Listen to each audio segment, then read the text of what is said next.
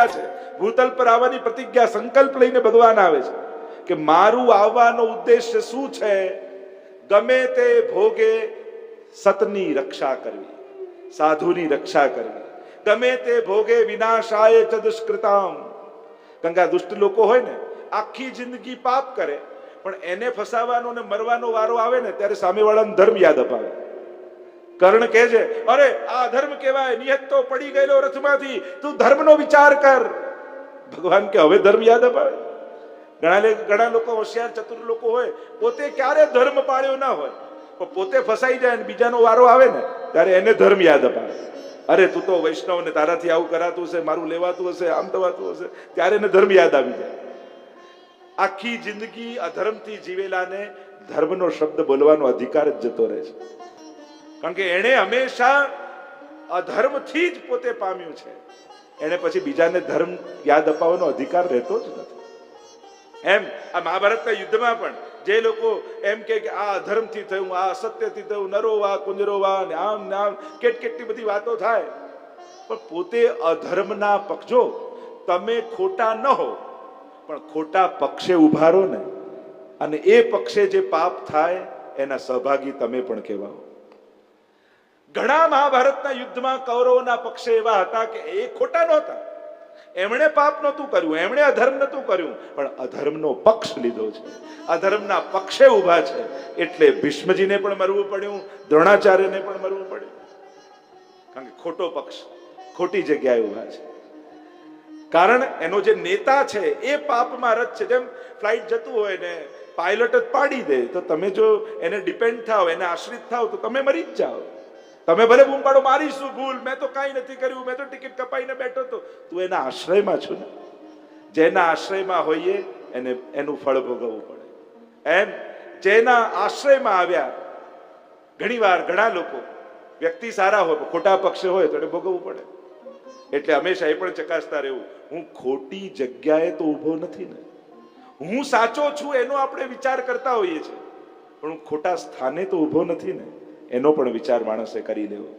કારણ કે જો અધર્મના પક્ષે ઊભા રહેશો તો અધર્મના ફળ ભોગવવા જ પડશે, ભલે તમે ગમે તેટલા સાચા હો. અને આવું જ મહાભારતના યુદ્ધમાં થયું છે. ભગવાન તો પોતાની પ્રતિજ્ઞા, પરિત્રાણાય સાધુનામ વિનાશાય ચ દુષ્કૃતામ, ધર્મ સંસ્થાપનાર્થાય, ધર્મની સ્થાપના માટે, સંભવામી યુગે યુગે, યુગે યુગમાં હું આવું છું.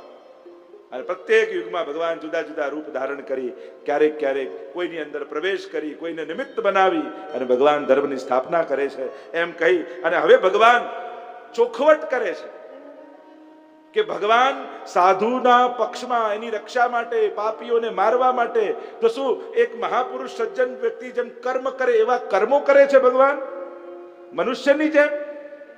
તો આગળના શ્લોકમાં, 9મા શ્લોકમાં ભગવાન ચોખવટ કરતા કહે, ભગવાન ખુલાસો કરી દીધો, હું આવું છું, માણસ પણ આવે છે, હું કર્મ કરું, માણસ પણ કર્મ કરે, પણ મને સાધારણ મનુષ્ય જેવો ન ગણી લેતા, મારો જન્મ સાધારણ મનુષ્ય જેવો ન ગણી લેતા, મારા કર્મો સાધારણ મનુષ્ય જેવા ન કરી લેતા, કારણ કે હું કર્મ કરતો નથી, હું લીલા કરું છું.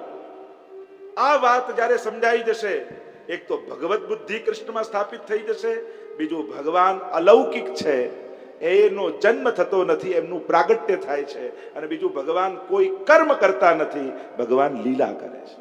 આ ત્રણ વસ્તુ સમજાશે ને તો ભાગવતજી સાંભળવાનો અધિકાર સંપાદન થશે. અને એ ન સમજાયું અને સાધારણ મનુષ્ય જેવા ભગવાનને માની લીધા તો ભાગવતની દરેક લીલાઓમાં ભગવાન માટે શંકા પેદા થશે, અને વાંચતા વાંચતા કોઈ ક્ષણે અભાવ પણ આવી જશે.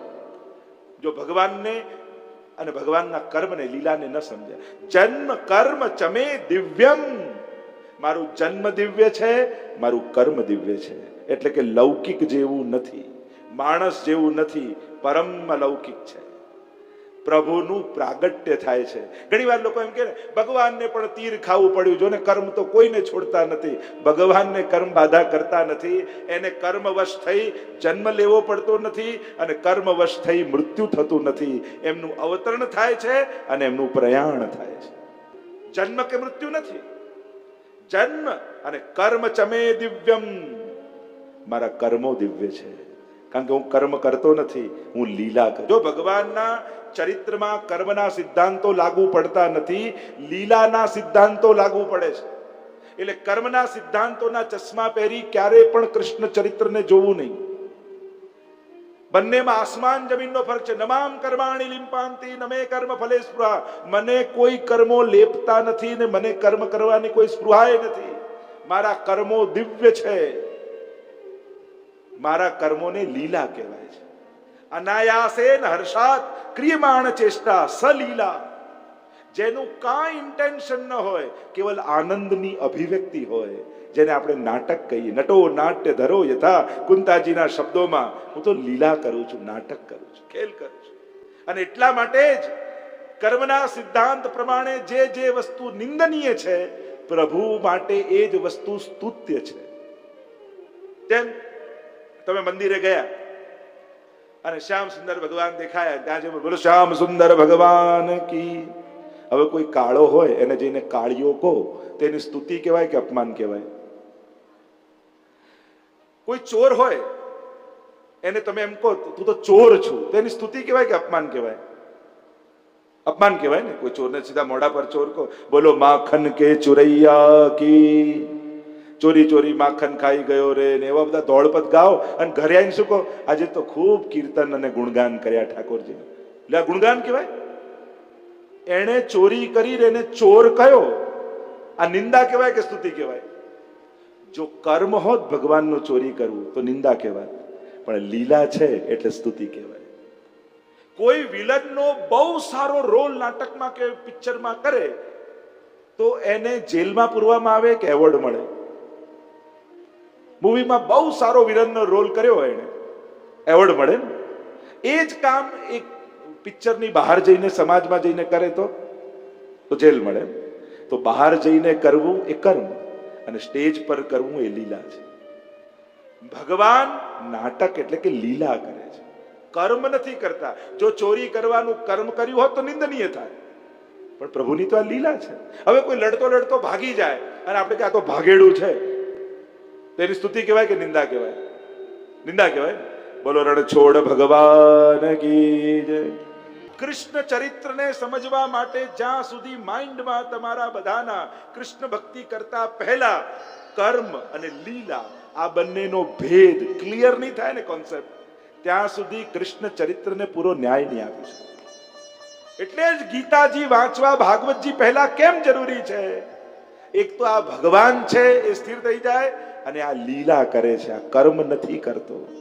કારણ કે જન્મ કર્મ ચમે દિવ્યમ, મારી લીલા છે, દિવ્ય કર્મો છે, મનુષ્ય જેવા નથી જે પ્રત્યેક કર્મે બંધાય. હું તો નાટક કરું છું. માટી ખાય તો બધા બાળકો ખાતા, ભગવાને માટી ખાધી, કેવી લીલા કરી બાળક જેવી. એ ગાતા ગાતા આનંદ થઈ જાય. આ ભેદ દ્રઢ થઈ જવો જોઈએ. એટલે તો લીલા કરે છે પરમાત્મા. એટલે પ્રભુ જો વ્રજમાં તમે એમ કહો રાસ કર્યા, આ કર્યા, તમે પિછવાઈ કલા શ્રીનાથજીને જોઈ છે ને? પ્રભુ 11 વર્ષ 52 દિવસ વ્રજમાં રહ્યા છે. એકે પિછવાઈમાં 11 વર્ષના ઠાકોરજી લાગે જ તમને? કેવા મોટા થઈને રાસ કરે, દાન લે, હોરી ખેલ કરે, કે ઈંડોળા ઝૂલે, એક એક પિછવાઈ જો. કેમ? લીલાની ખૂબી શું છે? લીલાની અને કર્મની ખૂબી શું? કર્મમાં તમે જે કર્મ કરો, જે આયુ ના હો એ પ્રમાણે જ કર્મ થાય. અને લીલામાં જે વયની આવશ્યકતા હોય, પ્રભુ એવા થઈ અને એ લીલા કરે છે. એ સદા બાળક પણ છે, સદા કિશોર પણ છે. નહીં તો 11 વર્ષ જ બ્રજમાં રહ્યા છે, પણ છતાંય કિશોર લીલા થઈ છે બ્રજમાં. એમ થાય કે આવા મોટા થયા ક્યારે? 11 વર્ષ તો રહ્યા છે. પણ લીલામાં જે સ્વરૂપની આવશ્યકતા હોય એવું સ્વરૂપ ધારણ કરીને પ્રભુ લીલા. જન્મ કર્મ ચમે દિવ્યમ, દિવ્યતા આ જ છે. શું છે દિવ્યતા? કે જ્યારે જીવ કર્મ કરે એને કાળ કર્મ સ્વભાવ ત્રણેયનો બંધન હોય, અને ભગવાન આ ત્રણેયનું અતિક્રમણ કરીને કરે એને લીલા કહેવાય, એને કૃપા કહેવાય. તો આ લીલા છે ઠાકોરજી. એટલે જ હવેલીમાં તમે દર્શન કરવા જાઓ તો મર્યાદા સ્વરૂપ અને પુષ્ટિ સ્વરૂપમાં ભેદની મુખ્યતા શું? મર્યાદા સ્વરૂપમાં જે સ્વરૂપે ઠાકોરજી બિરાજતા હોય એ જ સ્વરૂપે કૃપા કરે. પણ પુષ્ટિ સ્વરૂપની વિશેષતા એ તમે જે ભાવ લઈને આવ્યા હોય ને એવા સ્વરૂપનો અનુભવ ઠાકોરજી તમને કરાવે. વાર્તા સાહિત્યમાં તમે જોયું છે ને, પેલા બાલન લાલન અને પેલા માજીએ તેલ ઘસ્યું તો મદન મોહનલાલ થઈ ગયા, કારણ કે એનો ભાવ એવો હતો. તમે જે ભાવ લઈને જાઓ પ્રભુ એવા થઈને તમને મળે છે. અને ગીતાજીનું પ્રમાણ, આ બધી વાત ગીતાજીના યે યથા મામ પ્રપદ્યન્તે તાં સદૈવ ભજામ્યહમ. જે રીતે મને ભજે છે હું પણ એને એ રીતે ભજું છું. દરેકના પ્રમાણ ગીતાજીમાં છે અને લીલાઓ બધી ભાગવતજીમાં છે. અને એટલા માટે ભાગવતજી પહેલા ગીતાજીનું અધ્યયન છે. તો જન્મ કર્મ ચમે દિવ્યમ, પ્રભુની આ જ દિવ્યતા છે. અને ત્યક્તા દેહ પુનર્જન્મ નૈતિ મામેતિ સોર્જુન. અને જે મારી આ અલૌકિકતાને જાણી જાય છે એને જન્મ મરણના ચક્કરમાં પડવું પડતું નથી. પ્રભુની અલૌકિકતાનો આભાસ યા અહેસાસ જે ક્ષણે તમને થઈ ગયો, કારણ કે સોહી જાનત જેહુ જનાઈ અને જોહી જાનત તુમ સમ હો જાય. તુલસીદાસજી પણ કહ્યું, કોણ જાણી શકે જેને પ્રભુ જણાવવા માંગે. પ્રભુ જેના પર કૃપા કરે એને આ અલૌકિકતાનો અહેસાસ થઈ જાય. એટલે જ ગોપીજનો કહે છે ને કે અમે આપને ઓળખીએ. ગોપી ગીતમાં ગોપીજનો ગાય છે, ગોપિયાं કહેતી हैं नखलु गोपिका नंद नो भवान. प्रभु हम आपको जानती हैं, आप केवल नंद यशोदा के पुत्र ही थोड़ी हो, लेकिन समस्त देहधारियों के अंतर्दृष्टा हो. नखलु गोपिका नंदनो भवान अखिल देही नाम अंतरात्म. વિખન સારથિતો, વૈખાનસ બ્રહ્માજીનો મત છે, વેદને ખોદનારા બ્રહ્માજી. વિખન સારથિતો વિશ્વગુપ્તએ ગોપુ રક્ષણે ધાતો. એની પ્રાર્થનાથી, બ્રહ્માજીની પ્રાર્થનાથી વિશ્વની રક્ષા માટે સખ ઉદયવાન, હે સખા આ પ્રગટ થયા છે સાત્વતામ કુલે. આ સાત્વત કુળમાં બ્રહ્માજીની વિનંતીથી વિશ્વની રક્ષા માટે આપ પધાર્યા છો. અમે આપને ઓળખીએ છીએ. બસ त्यक्त्वा देह पुनर्जन्म नेति मामेति सोर्जुन. जो प्रभु की ये अलौकिकता को जान जाता है उसे फिर से जन्म मृत्यु के चक्कर में पड़ना नहीं पड़ता. ऐसी प्रभु की अलौकिकता है. એમ કહી પ્રભુ આગળ સુંદર રીતે એ જ વાતને આગળ સમજાવતા 11મા શ્લોકમાં, હે પાર્થ, યે યથામામ પ્રપદ્યન્તે તાંસ થયો ભજામ્યહમ. જે રીતે મને ભજે છે હું પણ એને રીતે ભજું છું. એક પ્રશ્ન, ભગવાન કેવા? કોઈ એમ કરે કે તારો ભાવ જેવો છે એવા. તમે જ્ઞાન માર્ગી રીતે પ્રભુના શરણે ગયા છો, એ બધાને જમાડનારો, એ બધાને જગાડનારો, એ બધાને સુડાવનારો, આપણે કોણ આરોગાવનારા? તો પ્રભુ તમને એવા થઈને મળશે.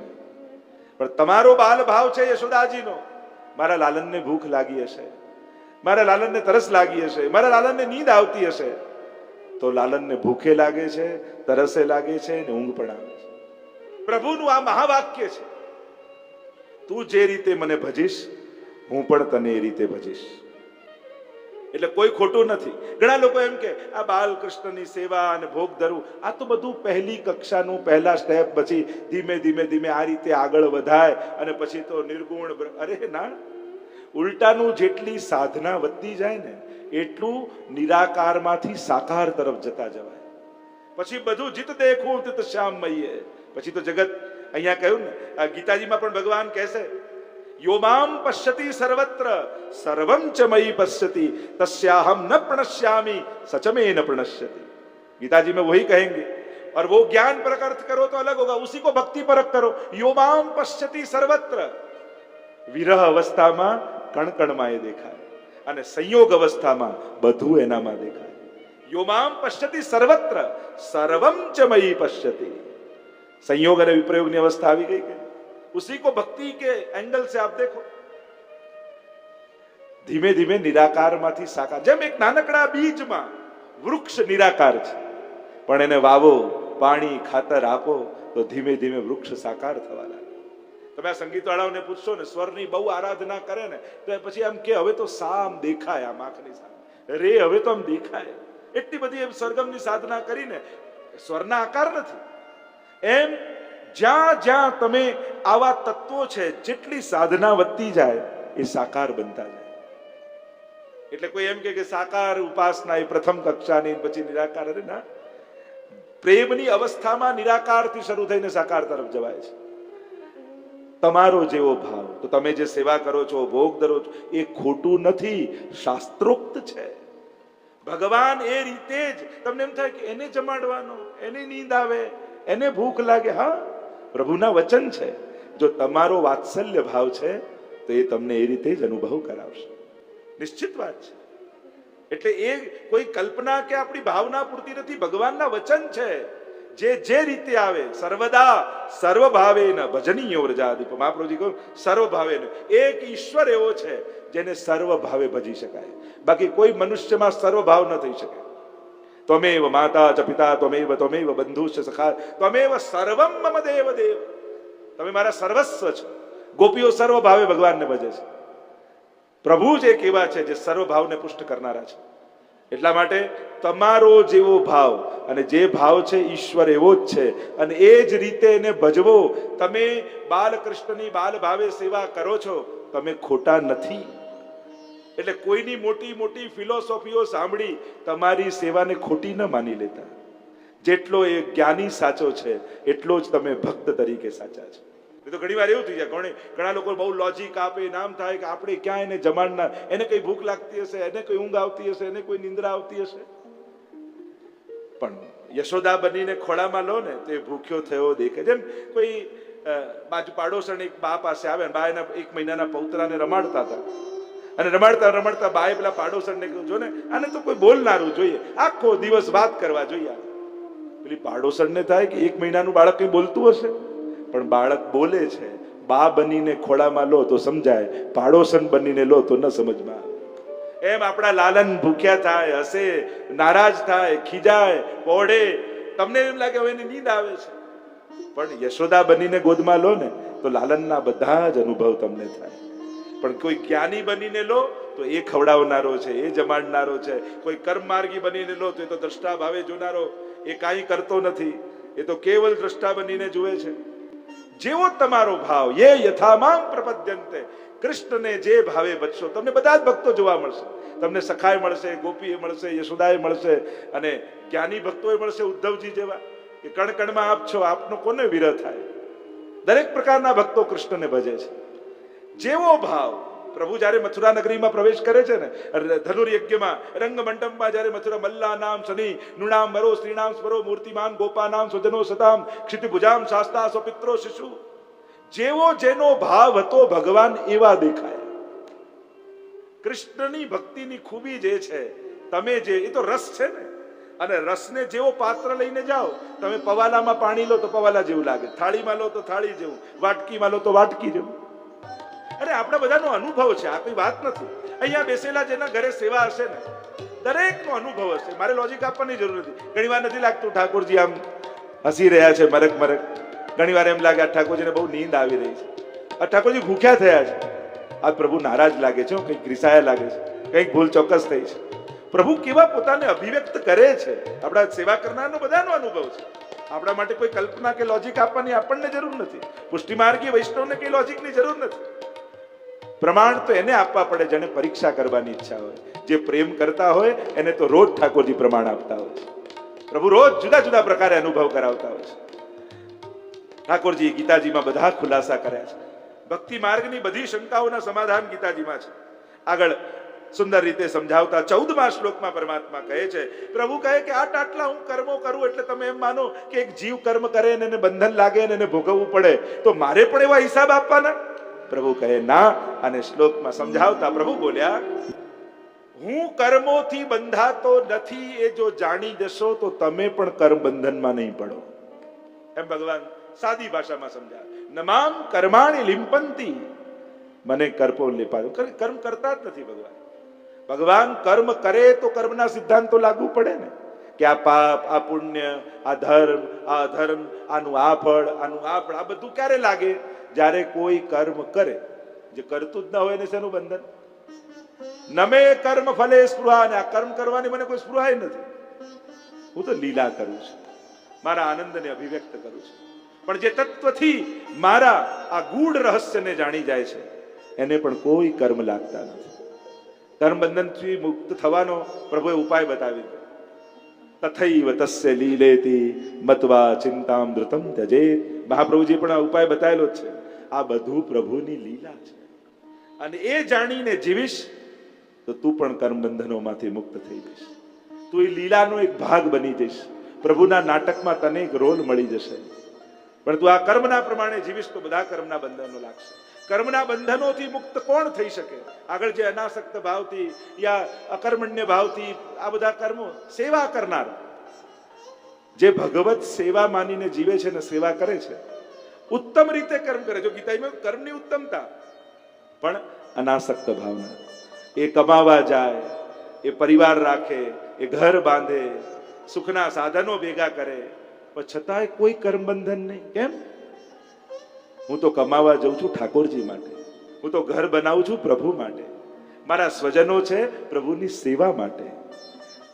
આ તો ગીતાજીનો મંત્ર જે કર્મના સિદ્ધાંતનો આપ્યો, આ તો ફિલોસોફી પુષ્ટિ માર્ગની છે. મહાપ્રભુજી પંચ શ્લોકી આદિમાં સમજાવે છે, ગુરમ સર્વાત્મના ત્યાજ્યમ તચ્ચેતક્તુમ ન શક્યતે કૃષ્ણાર્થ તન્નિયોજિત કૃષ્ણ સંસાર મોચક સંઘ સર્વાત્મના ત્યાજ્યમ તચ્ચેતક્તુમ ન શક્યતે સ સદભી સ કર્તવ્ય સંઘ સંઘસ્ય ભેજસમ. જે મહાપ્રભુજીના સિદ્ધાંતો છે એ આ તો છે ગીતાજીનો, જે મહાપ્રભુજી સમજાવે છે સરળ ભાષામાં. સેવાના માધ્યમ થકી મહાપ્રભુજી તમને ભગવત પ્રીત્યર્થ કર્મ સમજાવે છે.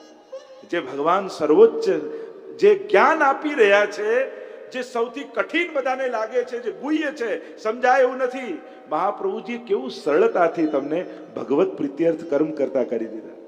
એક નાનકડા લાલન પધરાવી અને ગીતાજીનું આ ગુહ્ય જ્ઞાન મહાપ્રભુજી સરળતામાં તમને આપી દીધું. ભલે એક વડીલ માજી જે મરજાદ લઈને ભગવત સેવા કરે છે, એમણે ભલે ગીતાજી વાંચ્યા ન હોય, ભાગવતજી વાંચ્યા ન હોય, પણ ગીતાજીના એક એક શ્લોકોને એ જીવી રહ્યા છે. એ પ્રગટ ગીતા છે એમ કહી શકાય, કારણ કે આ ફિલોસોફીથી એ જીવે છે.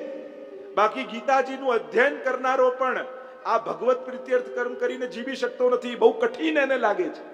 પણ આ કઠિન ઉપદેશને સરળ બનાવી લેવો હોય તો મહાપ્રભુજીના સિદ્ધાંતોને જીવનનો મંત્ર બનાવી લો. કૃષ્ણ સેવા સદા કાર્યા માનસી સા પરામતા, ભગવત સેવા પધરાવી લો. તનો વિત્તજા માનસી સા પરામતા. અને ઠાકોરજી માટે જીવવાનો જે એક મહામંત્ર મહાપ્રભુજી આપણને આપ્યો છે, જો એ રીતે જીવો છો તો ગીતાજીને તમે જીવી રહ્યા છો. સરળતમ ઉપાય મહાપ્રભુજી આપણને આપ્યા અને આ રીતે ઠાકોરજી સમજાવે છે. આગળ 18મા શ્લોકમાં અને 17મા શ્લોકમાં ભગવાન સમજાવતા બહુ સુંદર વાત, અકર્મ વિકર્મ ની વાત, જે કર્મ અકર્મ વિકર્મની વાત સમજાવતા 17મા શ્લોકમાં ભગવાન બોલ્યા. ભગવાને આ કર્મના સિદ્ધાંતને સમજાવતા એક અડધા વાક્યમાં બહુ અદ્ભુત, ગહનો કર્મણા ગતિ. ગમે તેટલું સમજો જાણો, પણ કર્મની ગતિ અતિ ગહન છે. કર્મને જાણ, અકર્મને જાણ, વિકર્મને જાણ. કર્મ કર્યા વગર તો ક્ષણવાર પણ રહી શકવાના નથી. કર્મ કરવું ન કરવું એ આપણા હાથમાં જ નથી. કારણ કે એક સનાતન સિદ્ધાંત શું છે? કર્મ કર્યા વગર એક ક્ષણ રહી શકવાના જ નથી. એટલે કર્મ બાબત કોઈ ક્વેશ્ચન જ નથી કે તમે કર્મ કરશો કે નહીં કરો. એ બે છે જ, એક જ વસ્તુ છે, કર્મ વગર રહી શકવાના જ નથી. કર્મ તો થવાના જ છે. આગળની વાત એ છે કર્મ ફળની, અને એક કર્મ કરવાના ઇન્ટેન્શન. વિકર્મ જે શાસ્ત્ર વિરુદ્ધ કર્મો છે. અકર્મ કે કર્મ કરતા કરતા પણ કરતા ભાવ ન હોવો. આ જે સૂત્ર ગીતાજી આપ્યું છે, તો કે આવું કઈ રીતે સંભવે કે તમે કર્મ પણ કરતા હો છતાં કર્મ બંધનમાં ફસાવો નહીં? આવી અકર્મણ્યતા કઈ રીતે પ્રગટ થાય, કઈ રીતે પેદા થાય કે અકર્તા ભાવ? અકર્મણ્યતા એટલે અકર્તા ભાવ. જેમ પંખો ચાલતો હોય ને, આપણે સ્વિચ બંધ કરી દઈએ અને બંધ કરી દઈએ પછી એ પંખો થોડી વાર ફરતો રહે છે, પણ પછી જે ફરે છે ને એનું લાઇટ બિલ આવતું નથી, કારણ કે સ્વિચ ઓફ થઈ ગયું. એમ જ અહંકારનો સ્વિચ ઓફ કરવાનો છે. પછી જે કાંઈ પણ કરતા રહેશો, કર્મો બધા થશે, હવાય આવશે, પંખોય ચાલતો રહેશે, પણ એનું બિલ નહીં આવે. એમ જ અહંકારનું સ્વિચ ઓફ થઈ જશે ને. જેમ તમે લોકો બાય કાર વડોદરાથી આવી રહ્યા હો, ગિરીશભાઈ ને દીપકભાઈ કારમાં આવી રહ્યા છે. દીપકભાઈ કાર ચલાવે છે, ગિરીશભાઈ પાછળ બેઠા છે અને સૂઈ ગયા છે. એટલે મેં ફોન કર્યો દીપકભાઈને કે આવો છો ને ઋષિકેશ? ગાજે આવી જ રહ્યા છે, હું ને ગિરીશભાઈ બંને કારમાં જ છીએ. હવે બંને આવી રહ્યા છે પણ ગિરીશભાઈ તો સૂતા છે. સૂતો વ્યક્તિ ક્યાંથી આવી શકે? સૂઈ ગયા છે, એ આવતા નથી, પોતે પ્રયાસ નથી કરતા, કઈ કર્મ નથી કરતા, પાછળ બેઠા ને સૂઈ ગયા છે, છતાંય આવી રહ્યા છે. તો કે આ બંને વસ્તુ કઈ રીતે, ગતિ અને સૂઈ જો બંને કઈ રીતે થાય? તો કે સૂઈ ગયા છે પણ આવી રહ્યા છે. એમ જ આપણે કર્મ કરતા રહીએ પણ અહંકાર સુડાવી દઈએ, અને અહંકાર સૂઈ ગયો હોય એટલે ગતિ પણ થાય ગંતવ્ય સુધી, અને કર્મ કરવાનો બંધન પણ ન લાગે. એ સૂઈ ગયા એટલે એમને થાકે ના લાગે, અને એ તો ઉતરી ગયો, હા ફ્રેશ થઈ ગયો, હું આવ્યો ખરા, કે આ ફ્રેશ થઈ ગયો, આટલી દૂરથી આવીને ફ્રેશ કરી, હું તો સૂઈ ગયો. એમ કર્મ કરતા કરતા કર્મ પણ થાય, એટલે કે કર્તાનું બંધને ન લાગે, અને કર્મ પણ થઈ જાય, ગતિ પણ થઈ જાય. આ બંને વસ્તુ થાય જ્યારે અહંકાર સૂઈ જાય. અહીંયા ભગવાને સમજાવી રહ્યા છે, કર્મ કરતા પણ કરતા ભાવ નથી તો એના બંધન લાગતા નથી. છતાંય ગહનો કર્મણા ગતિ, આ કર્મની ગતિને સમજવું બહુ કઠિન છે. આપણને ક્યારે શેનું ફલ મળ્યું એ આપણે જાણી શકતા નથી, અને જાણી શકતા નથી એટલે વધારે મૂંઝવાઈએ છીએ. ભગવાન જો આમ ચાર્ટ આપી દે ને આપણને જન્મની સાથે કે આ કર્મોના આ ફળ ભગવાન, તો આપણને એટલો વાંધો ના આવે.